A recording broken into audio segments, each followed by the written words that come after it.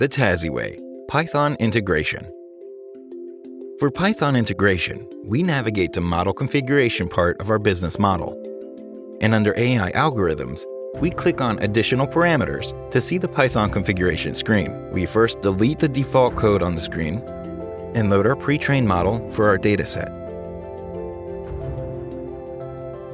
Then, we write our initialization code, where we first load our model from the picked file and extract the model components, such as an encoder or scalar.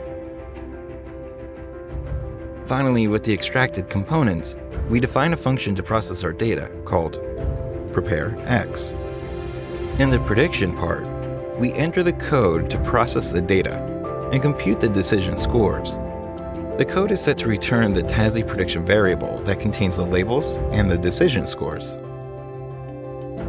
Finally, we give our model a name and save our Python and model configuration. After configuring our business model, we start our run and finish the Python integration. If you already have a pre-trained model in Python, you can put your own model in the TAZI platform with a few clicks and ensemble with TAZI's existing models easily while monitoring each model's performance in real time.